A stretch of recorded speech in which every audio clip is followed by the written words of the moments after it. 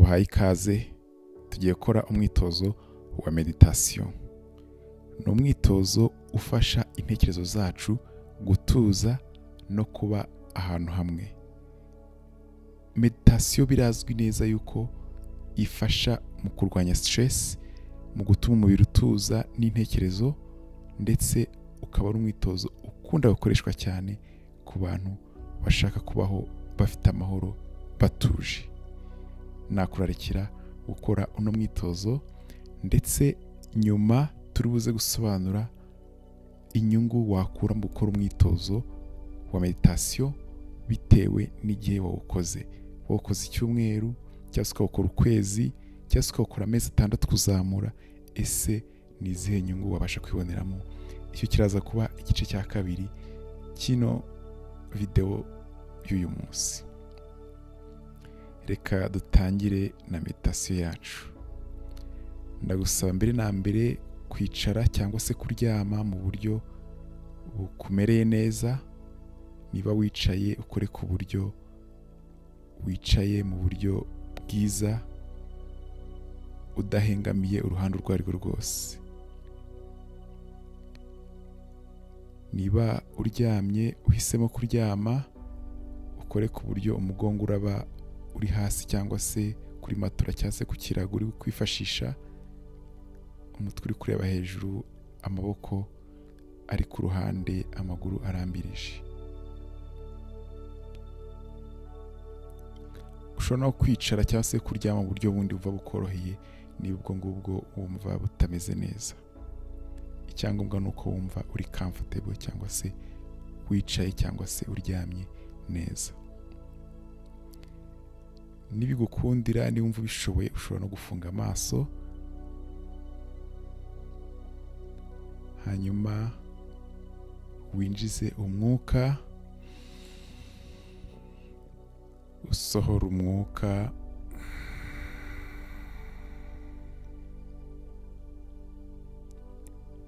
hanyuma uhumeke bisanzwe. Utangire witegereze uko umubiri wawe umeze nonaha, ukoresheje amaso y'intekerezo zawe gusa. Itegereze uko umubiri wicaye cyangwa se uko uryamye. Ese ahantu uri urumva bimeze bite? Uhereye ku birenge, ese urumva ahantu ibirenge biri bimeze bite? Ahantu amaboko yawe arambitse, ukoreshe amaso y'intekerezo zawe, wumve aho ari.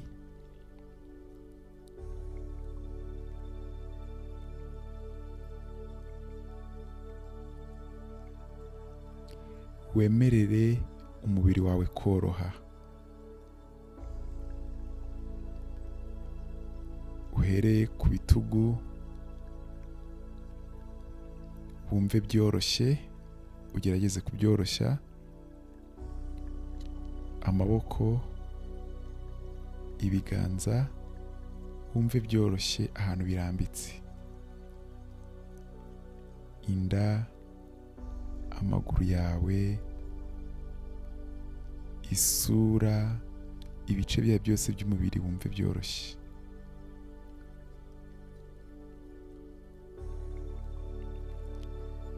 Utangire witegereze uko umubiri wawe urimo urahumeka. Witegereze uburyo umwuka winjira ukagenda usohoka.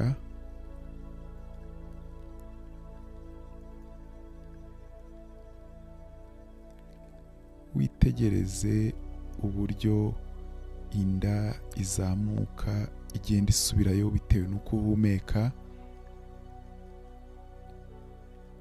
Witegereze uburyo umubiri uhinduka bijyanye n'uburyo uri guhumeka. Uhumeke bisanzwe kandi ubyitegereze, nta kintu ushaka guhindura.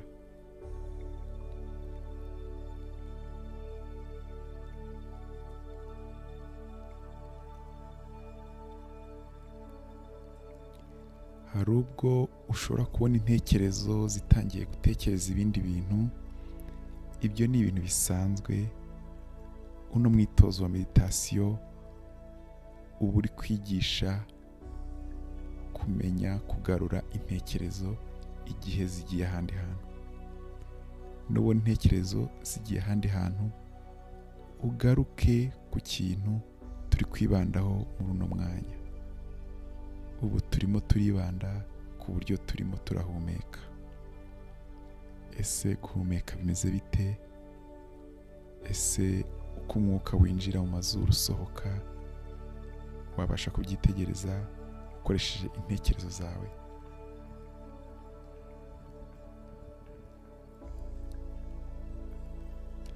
Noneho uyobore intekerezo zawe zijye ku birenge. Witegereze amano. Ese amano y'iburyo ushobora kuyabona ukoresheje amaso y'intekerezo? Ese amano y'ibumoso ushobora kuyabona nayo? Ureke intekerezo zawe zirebe ibirenge byawe, akantu kose gashobora kuba gahari zikitegereze. Ese uruhu rurakonje cyangwa rurashyushye? Ese nta muyaga uri kuhanyura? Ese ahantu amagufa ateraniye, amano ahafataniye n'ikirenge, wagerageza kureba ahari?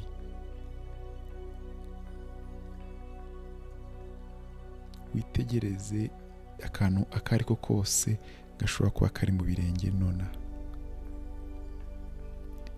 Nurangiza uzamuke witegereze amaguru muri rusange. Ese ni ibiki yakozeho? Ese ni gute uri kumva ateye? Uyitegereze utayaciriye urubanza, uyitegereze utayanze cyangwa se uyakunde, uyitegereze nta kintu ushaka kuyahinduraho. Icyo ugamije ari ukugira urebe ibintu amaso y'intekerezo zawe ashobora kubona.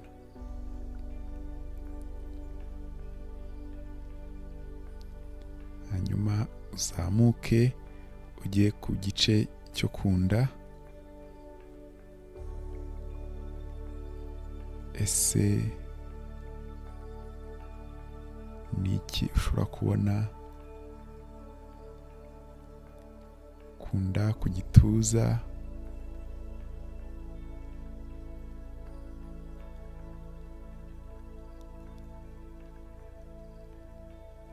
Ukomeze witegereze n'umugongo.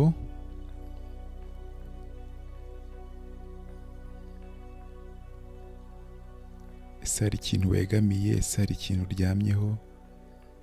Ese hari imyenda iri kuhakora? Ese hari ububabare uhafite?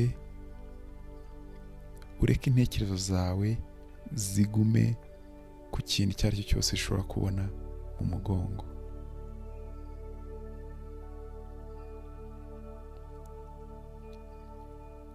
Hanyuma noneho witegereze amaboko yawe.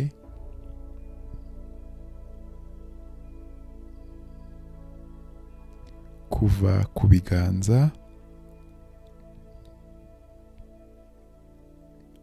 ugenda uzamuka mu ngingo z'ibiganza aho zihuriye n'amaboko, ugenda uzamuka witegereza, ukomeze ugere ku nkokora. Witegereze imikaya, uruhu, ugukomera cyangwa se koroha k'ukuboko kwawe. Byose ubyitegereze, nta kintu na kimwe ushaka guhindura.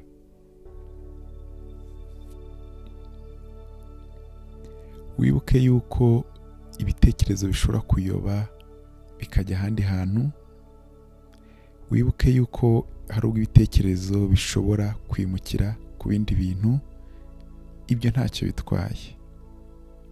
Uko uzajya ubona yuko byagiye, icyo ukora ni ukwitegereza uko kugenda, warangiza ibitekerezo byawe ukabigarura kwibanda ku kintu turi kwitegereza, nonaha akaba ari amaboko yacu.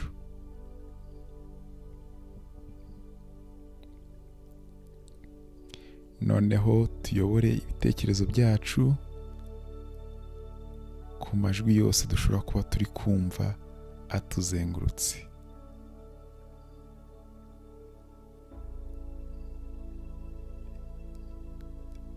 Amajwi ari hafi yacu cyangwa se amajwi ari kure,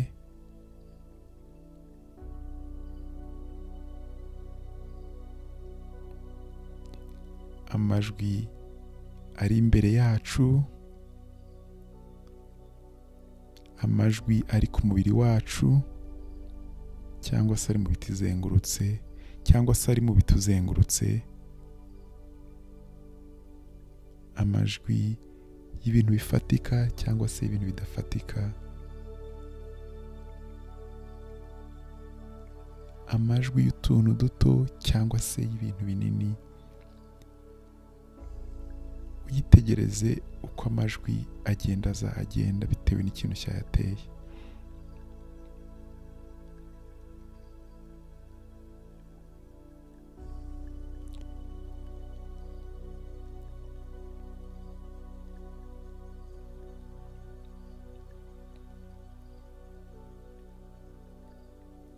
Ese ni ayahe majwi urimo urumva?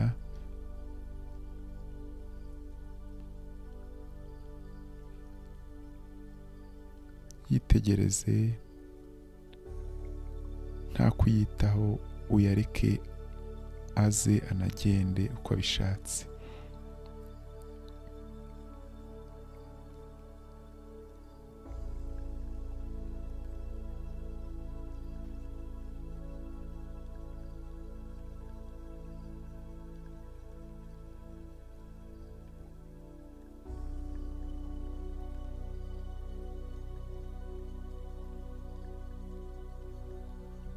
Ukomeze witegereze umubiri wawe uko urimo urahumeka n'amajwi akuzengurutse.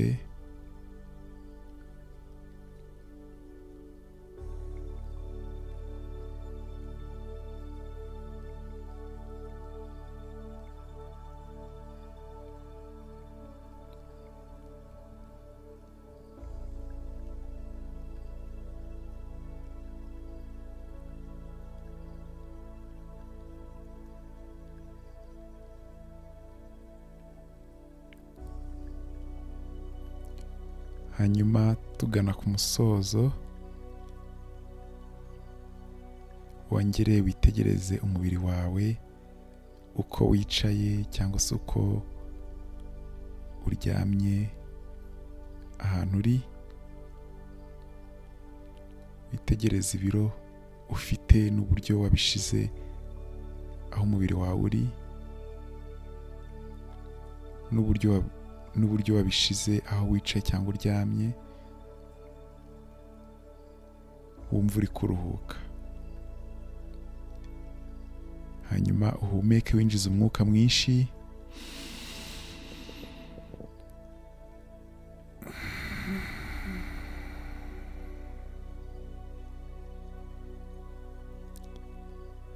hanyuma ukomeze uhumeke bisanzwe. Utangire unyeganyeze intoki zawe, amano,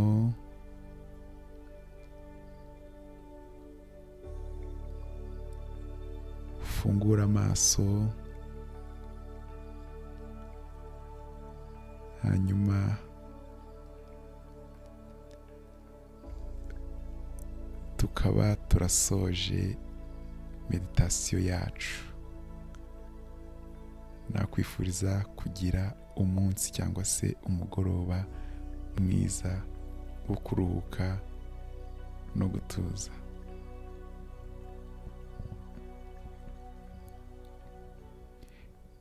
Noneho tugiye kugerageza gusobanukirwa ese uno mwitozo uramutse uwukoze buri munsi, ese ni izihe nyungu wabona ku mubiri wawe, ni ibihe byiza wakungukira muri uno mwitozo.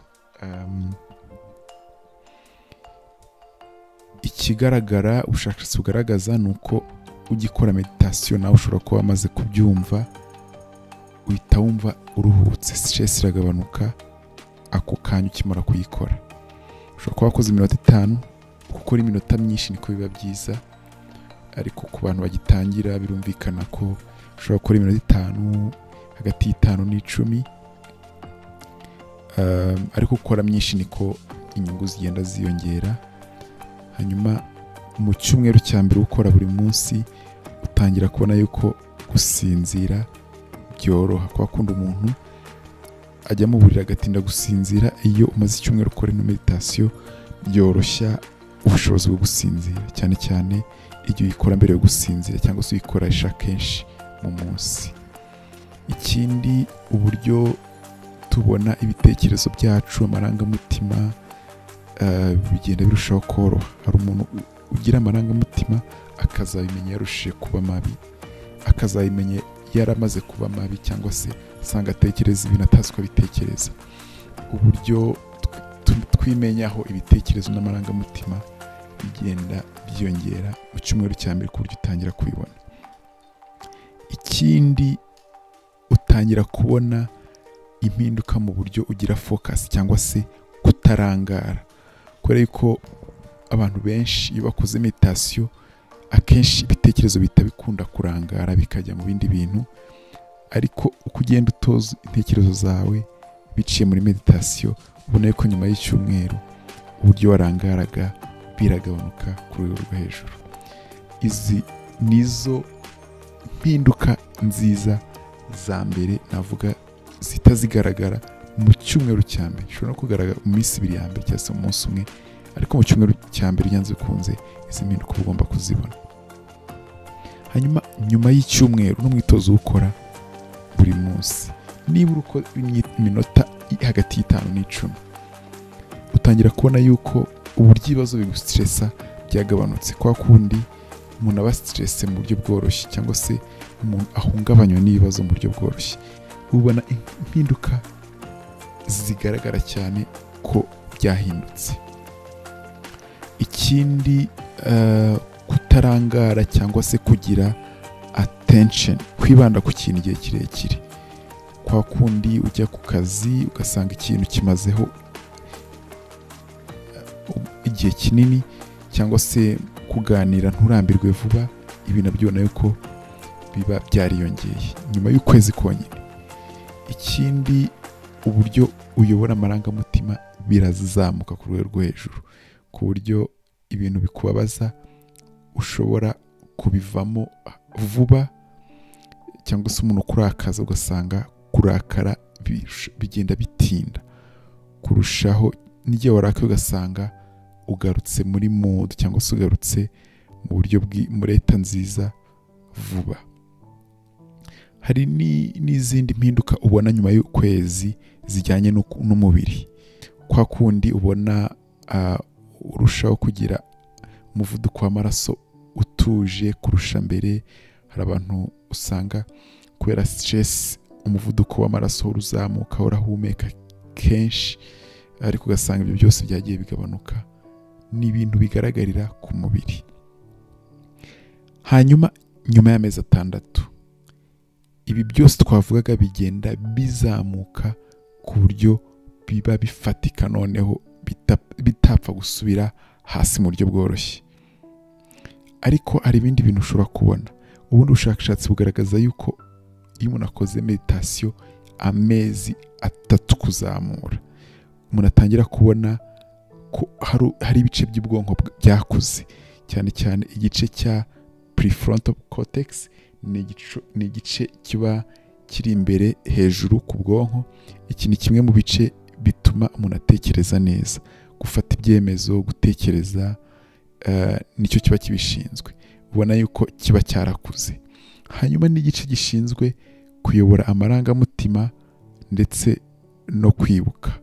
Ubwo ni ibice bijyanye na hippocampus. Ni igice cyitwa hippocampus. Ni igice kiba mu bwonko ariko gishinzwe kuyobora amarangamutima ndetse no gufasha kwibuka. Iki gice nacyo kiba cyarakuze, niko ubushakashatsi bugaragaza. Birumvikana ko amezi 6 ahagije kuba wabasha kuyobora amarangamutima neza ndetse no kwibuka byisumbuyeho. Niyo mpamvu nkunze kuvuga yuko meditation iri mu bintu bishobora gutuma umuntu yongera ubwenge. Kubera ko kwibuka ni kimwe mu bintu bituma abantu bavuga ko umuntu afite ubwenge. Ariko nanone amezi 6 agufasha kugira imibanire myiza n'abandi. Kubera iki? Waramenye kwisobanukirwa ibintu bikuriho, gusobanukirwa ibintu biri ku bandi, bikaba byatuma ugira empathy cyangwa se kwishira mu bandi mu buryo bworoshye. Mu biganiro ukaba ushobora kutarangara ngo ujye mu bindi, bikaba byatuma ugira umubano mwiza n'abandi. Ni byinshi ntabwo twabivuga ngo tubirondore, ariko mu ncamake nuko meditation yatuma uruhuka, yatuma ugira amarangamutima uyayobora neza, ndetse no mu mitekerereze yawe hakaba hakeye cyangwa se ibitekerezo bitajagaraye, ndetse bikaba byatuma ubwonko urushaho kugira ubuzima bwiza. Nitwa Gami the Psychologist. Murakoze.